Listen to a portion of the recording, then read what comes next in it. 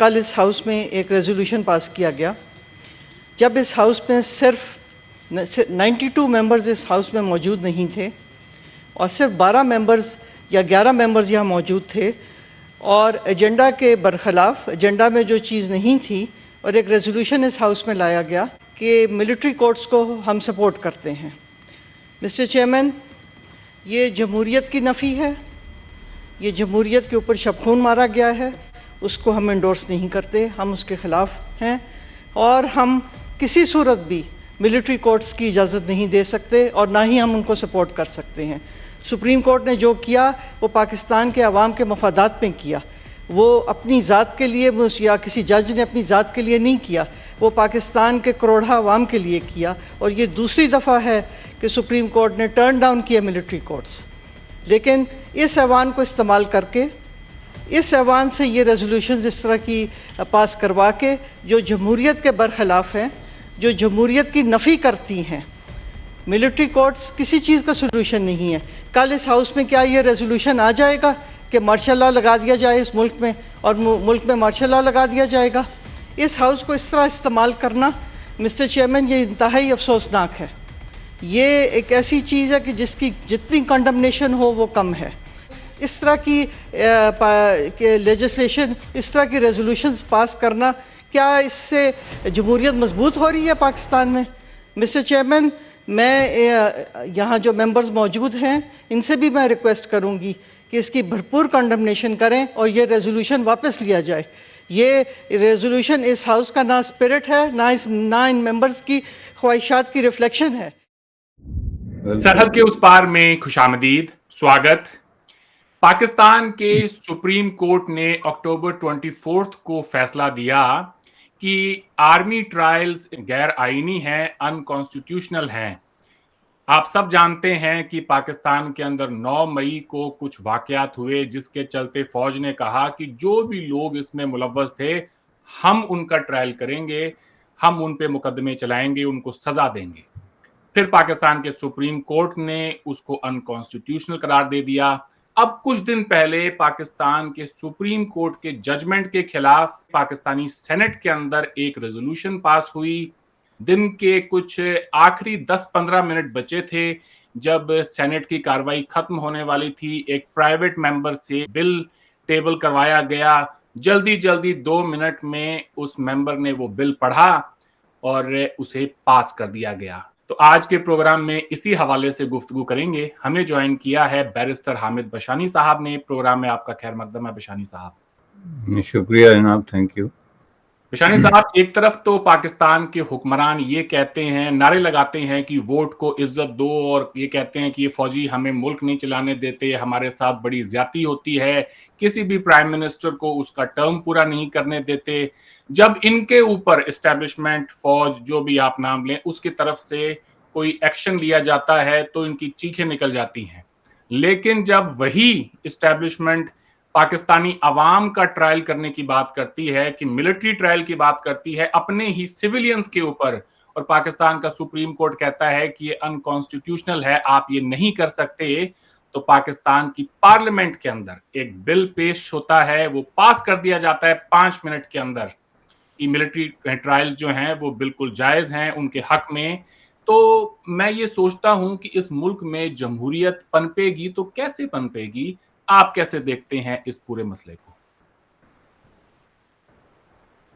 دیکھیں جی، پہلی بات یہ ہے کہ جمہوریت کے بارے میں پاکستان کو لے کر لوگوں کے ذہن میں جو تصور ہے وہ بنیادی طور پر فنڈامنٹلی جو ہے وہ غلط ہے.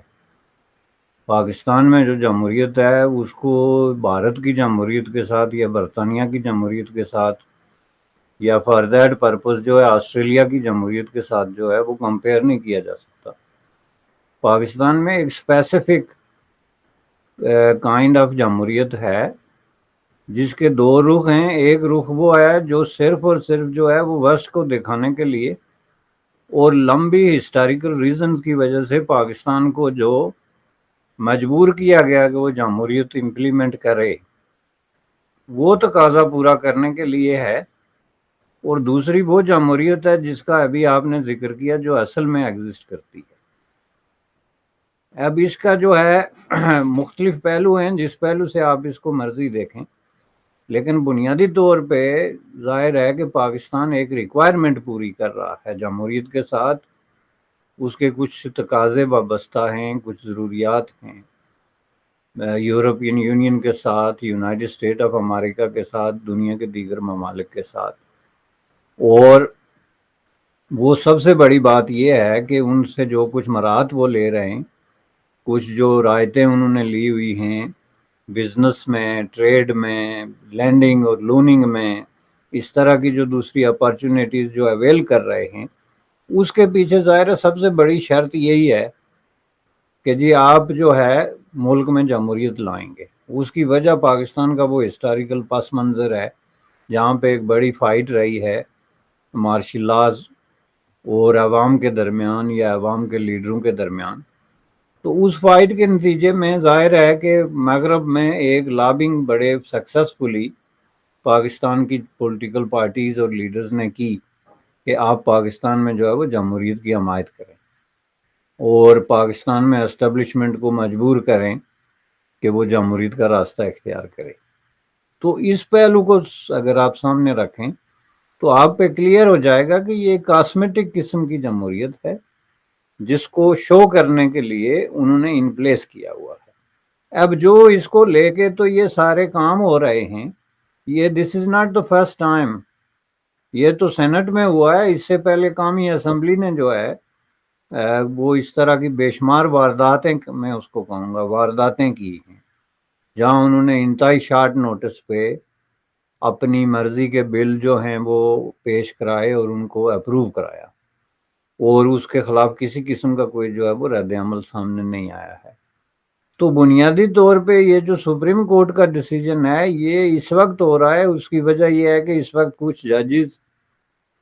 جو ہے وہ اس پوزیشن میں ہیں کہ وہ ڈیسیجن میکنگ میں امپارٹنٹ رول ہے ان کا، یا ان کی ایک جو ہے وہ سمجھ لیں کہ ویٹ ہے جس میں کہ وہ ان کی اوپینین کو اگنور نہیں کیا جا سکتا۔ تو اس وجہ سے انہوں نے یہ فیصلہ کر لیا، ورنہ یہ فیصلہ بھی نہیں ہونا تھا، کیونکہ یہ آج کی بات نہیں ہے، یہ کافی عرصے سے جو ہے وہ سپریم کورٹ میں یہ مسئلہ لٹک رہا ہے، اور یہ لٹکتا رہتا۔ ادھر سے فوجی عدالتوں نے اپنی کارروائیاں جو ہیں وہ شروع کی ہوئی تھی۔ تو اس سلسلے میں اگر آپ اس کو اس طریقے سے دیکھیں تو یہ پاکستان کی جمہوریت کی اپنی لیمیٹیشنز ہیں، اور اس کو آپ کمپیئر نہ کریں بلکہ اس کو اپنے کنٹیکسٹ کے اندر دیکھیں کہ اس کے اندر جو ہے وہ 3-4 بڑے بڑے سٹیک ہولڈر ہیں۔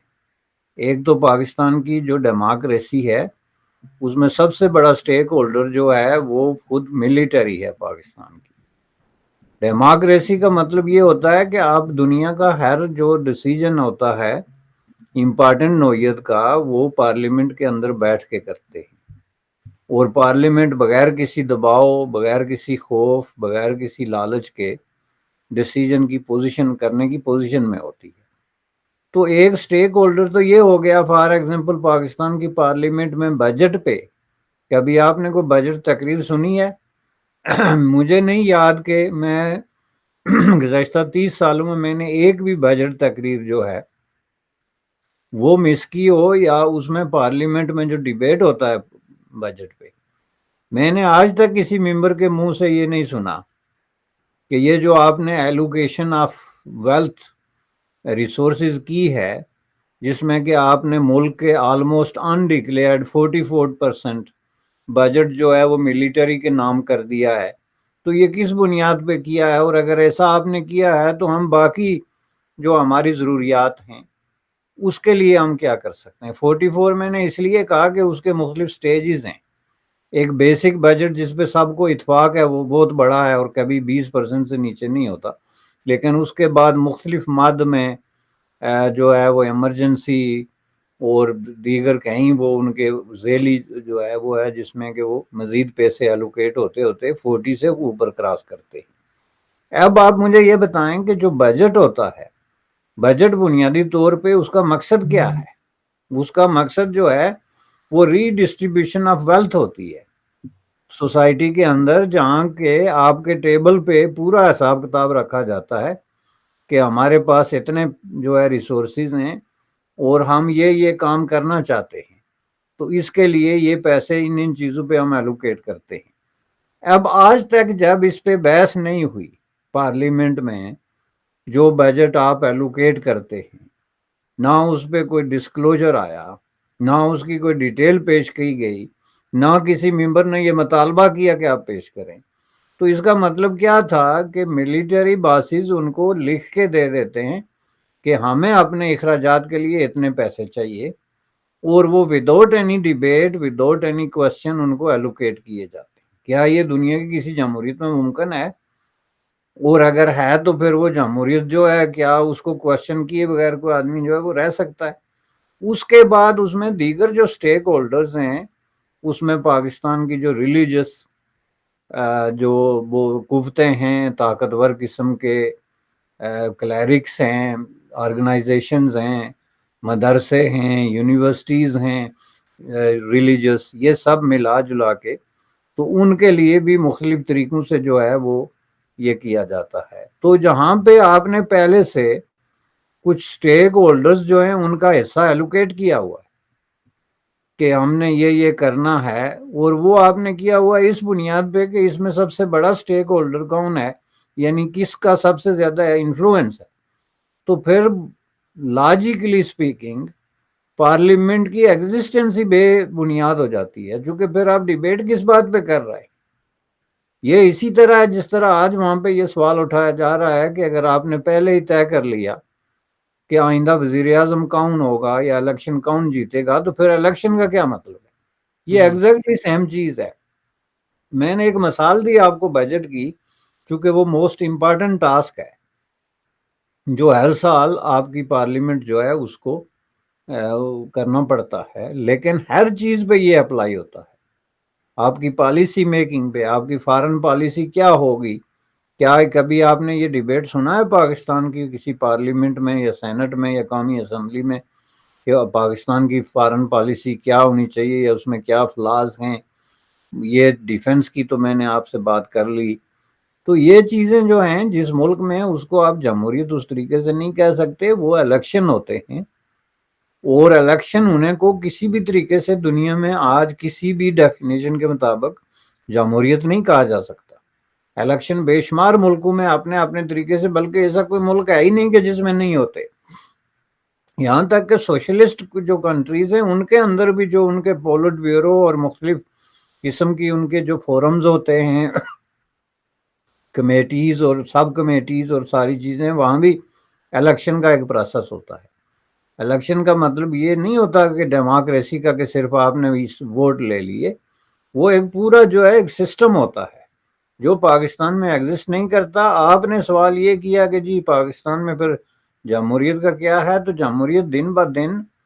پہلے کی نسبت انڈرمائن ہوتی جا رہی ہے۔ کسی کے ذہن میں اگر یہ غلط فہمی ہے کہ یہ دن بہ دن بہتر ہوتی جا رہی ہے، تو that is not the case. وہ انڈرمائن ہو رہی ہے، اس میں بہت ساری چیزیں جو ہیں عوام کے حقوق اور انسانی حقوق کے جو بڑے دو ایشوز جمہوریت کے ساتھ جڑے ہوتے ہیں، ان کے حوالے سے جمہوریت بہت برے طریقے سے فیل ہوئی ہے۔ تو اس کو اگر سامنے رکھ کے دیکھیں تو میرے نزدیک یہ بہت ہی معمولی قسم کا واقعہ ہے، اور اس طرح کے بے شمار واقعات آپ کو ریسنٹ ہسٹری میں ملیں گے جہاں کے۔ جی بالکل آپ ٹھیک کہہ رہے ہیں بشانی صاحب، شاید یہی وجہ ہے کہ 100 کے قریب پاکستان کی سینٹ میں ممبرز ہیں، جس میں سے 90 اس وقت اس میں تھے ہی نہیں سینٹ میں، اور یہ بل پاس ہو گیا۔ 10-12 ممبرز کی موجودگی میں یہ بل پاس ہو گیا۔ کچھ لوگ چلاتے رہے لیکن کوئی سنوائی نہیں ہوئی۔ ایک سوال میرے ذہن میں یہ آتا ہے کہ جب پاکستان کے حکمران اپنی ہی عوام کو فوجی عدالتوں میں اس طرح سے بھیجیں گے کہ جاؤ تمہارا مقدمہ وہاں ہوگا، اور ہم سب جانتے ہیں کہ کس قسم کا ٹرائل ہوتا ہے فوجی عدالتوں میں، فیئر ٹرائل کا جو پروسیجر ہے پوری دنیا میں، اس کو ہم یہ نہیں کہہ سکتے کہ وہ کسی بھی فوجی عدالت میں کسی بھی شخص کو دیا جا سکتا ہے۔ تو جب پاکستان کے حکمران اپنی ہی عوام کو فوجی عدالتوں میں پھینک دیں گے تو پھر اس میں کوئی کون سی حیرانی والی بات ہے کہ ایک دن کوئی فوجی کسی حکمران کو بھی پھانسی پر لٹکا دے گا یا کوئی کورٹ مارشل اس کا کر دے گا یا مارشل لا لگا دے گا، اس میں پھر حیرانی کیوں ہوتی ہے ان کو؟ پھر یہ کیوں کہتے ہیں کہ جی ہمارے ساتھ زیادتی ہو گئی ہے؟ آپ بھی تو وہی کر رہے ہیں اپنی عوام کے ساتھ، کیا کہیں گے اس پہ آپ؟ نہیں، یہ بالکل صحیح بات ہے، لیکن یہ ظاہر ہے کہ اس طریقے سے تو پالیٹکس کا تو اپنا ایک انداز ہے جناب، اس میں اتنا فیئر اور اتنا کلیئر قسم کا جو ہے وہ ان سے توقع ہی رکھنا میں سمجھتا ہوں کہ فضول ہے۔ دوسری بات یہ ہے کہ یہ جو قانون ہے کہ کیا پاکستان کے جو سویلین ہے اور زیادہ سادہ الفاظ میں جو پاکستان کی پولیٹیکل کلاس ہے، سیاسی لوگ ہیں، کیا ان کو ملٹری کورٹس میں جو ہے وہ ٹرائل ان کا ہو سکتا ہے یا نہیں؟ عام آدمی کو تو اس سے کوئی مطلب نہیں، چونکہ عام آدمی کو کرمنل پروسیجر کوڈ کے تحت سزائیں دی جاتی ہیں یا مقدمات چلائے جاتے ہیں، تو وہاں کوئی پرابلم نہیں کہ وہاں سے اٹھا کے کسی کو جو ہے وہ فوجی عدالت میں بھیجا جائے۔ جہاں تک اس بات کا تعلق ہے تو وہ پہلے سے کانسٹیٹیوشن میں ایک باقاعدہ ایک پورا جو ہے وہ ایک بلیو پرنٹ موجود ہے، جس میں واضح طور پہ، چونکہ اصل ڈاکومنٹ تو کانسٹیٹیوشن ہے، اس میں کوئی سینٹ کے 10 آدمیوں کی قرارداد کی کوئی اہمیت نہیں ہے کانسٹیٹیوشن کے سامنے، چونکہ اس کے لیے آپ کو کانسٹیٹیوشن میں امینڈمنٹ لانی پڑیں گی، اور کانسٹیٹیوشن میں امینڈمنٹ کے لیے ظاہر ہے آپ کے دونوں ہاؤسز اور جو پارلیمنٹ ہے اس کی ایک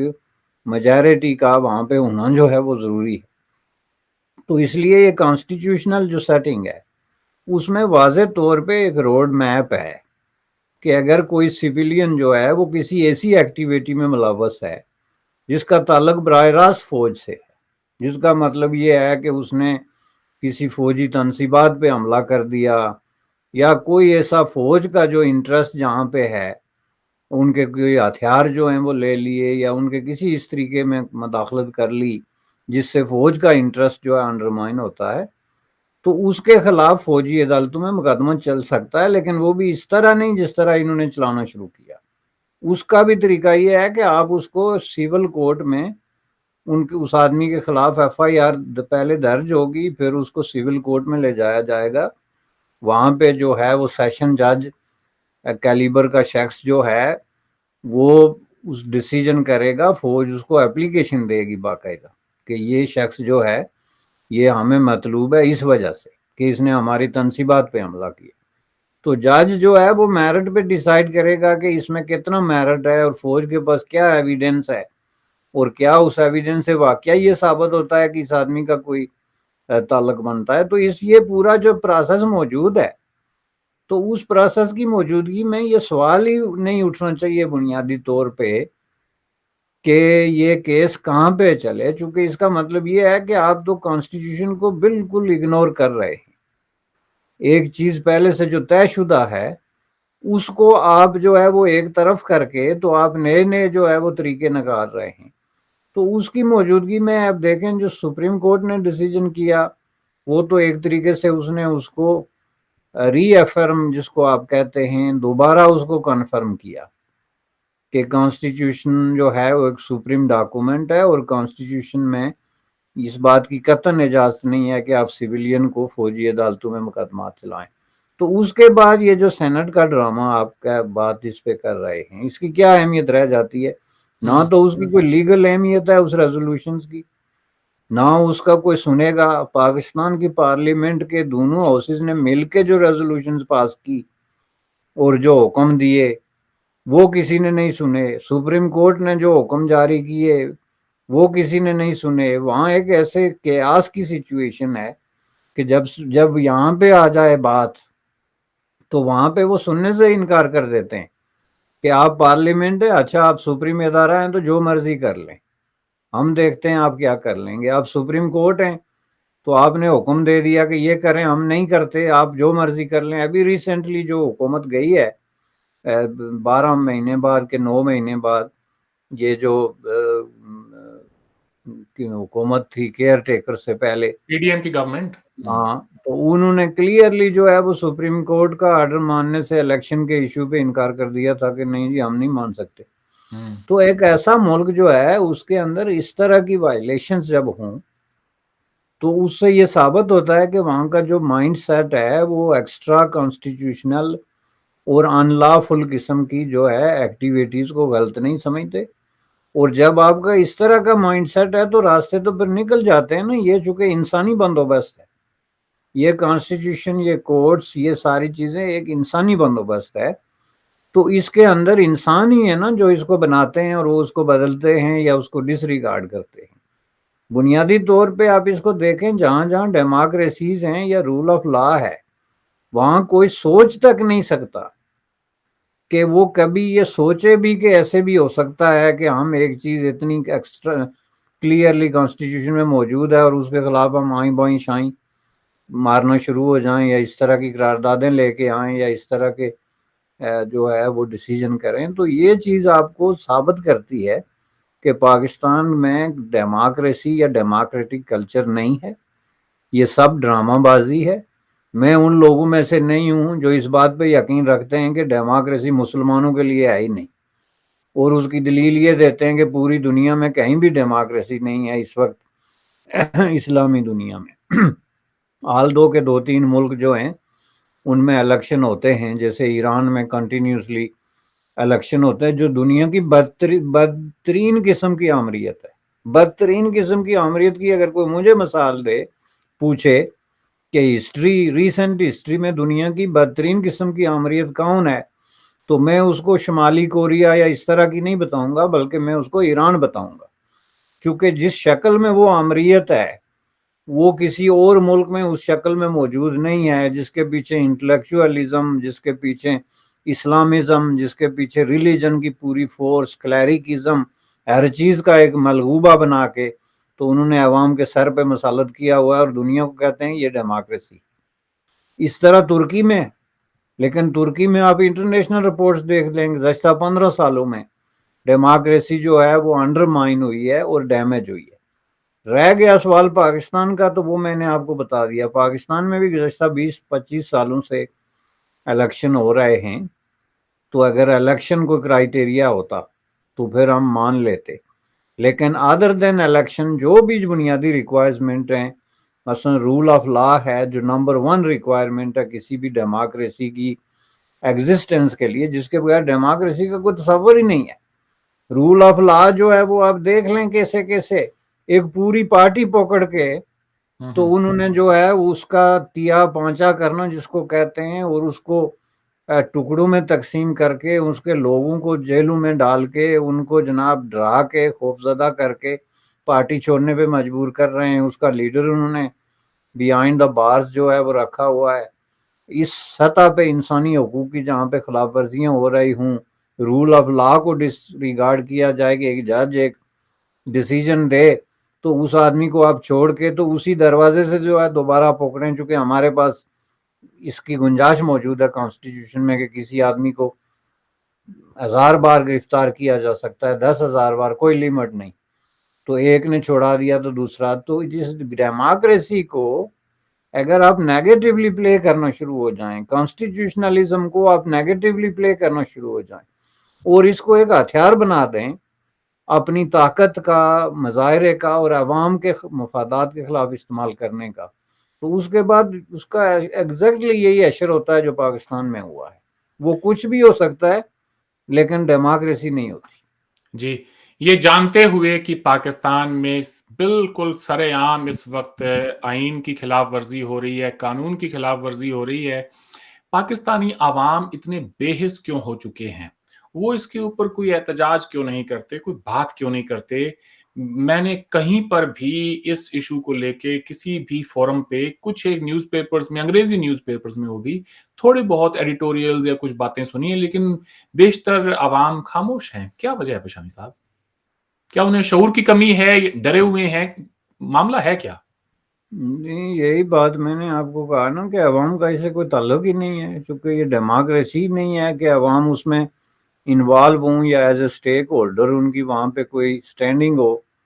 تو وہ دیکھ رہے ہوں کہ یہ ان کا مفاد جو ہے اس پہ ضرب پڑنے والی ہے تو وہ اس کے خلاف کھڑے ہو جائیں. پہلی بات یہ ہے کہ فرام ڈے ون عوام اس میں سٹیک ہولڈر نہیں ہے, جو لیڈرشپ یہ کلیم کرتی ہے ان کا عوام کے ساتھ کوئی تعلق نہیں، بلکہ وہ رولنگ ایلیٹ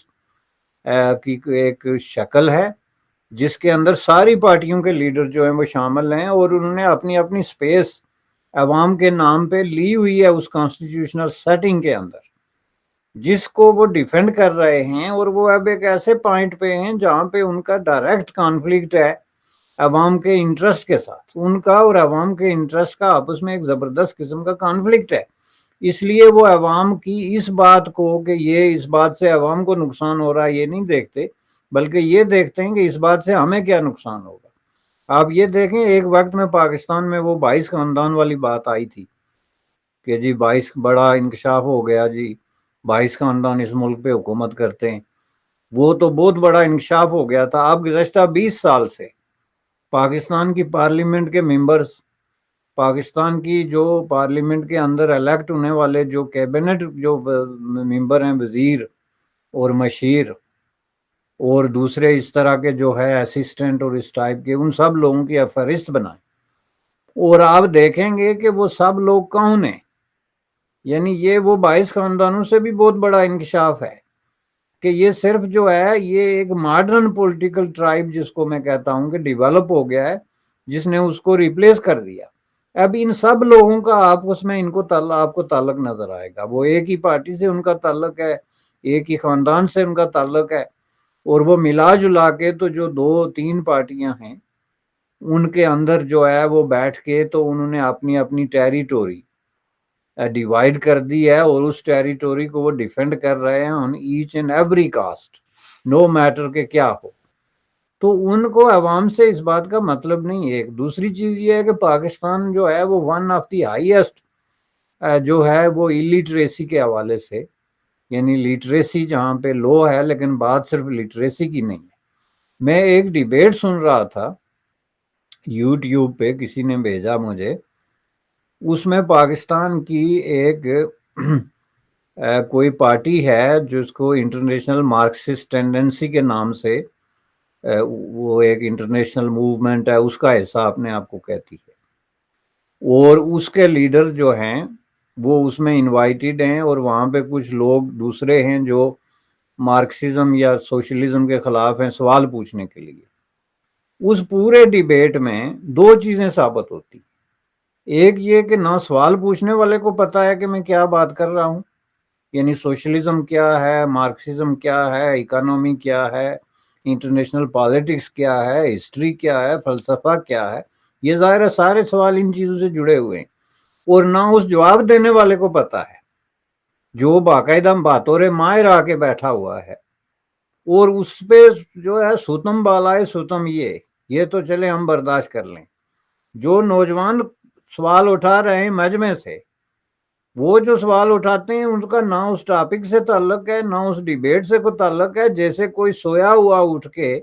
تو آؤٹ آف بلو اس نے ایک سوال کا گولا داغ دیا، جس کا مطلب یہ ہے کہ ان کو پوری یعنی جو سچویشن ہے اس کی ہوا تک نہیں ہے کہ یہاں ڈیبیٹ کیا ہو رہا ہے،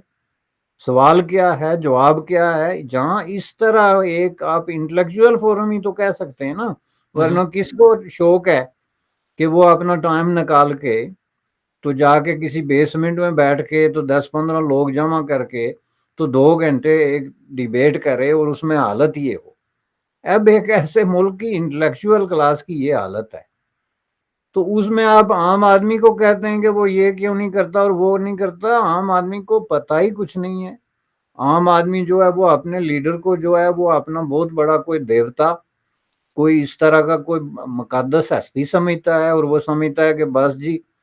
سانو اے دے نال ہی رہنا ہے، آگے اس نے ہمارے ساتھ کیا سلوک کرنا ہے، کیا لینا ہے، کیا دینا، اس سے کوئی مطلب ہی نہیں۔ نہ ان کو اتنا شعور ہے کہ حکومتیں کیسے بدلتی ہیں،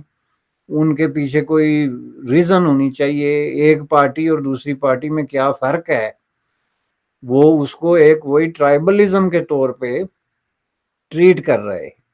کہ ہم اس پارٹی میں ہیں تو یہ جو دوسرا اس میں نہیں ہے یہ ہمارا دشمن ہے، بات ختم۔ تو ان کو اب جو ہے وہ کسی طریقے سے بھی اس طرح کے چیزوں میں انگیج نہیں کر سکتے کہ عوام، دیکھیں عوام وہاں پہ مہنگائی جس کا سب سے بڑا شکار خود عوام ہوتے ہیں،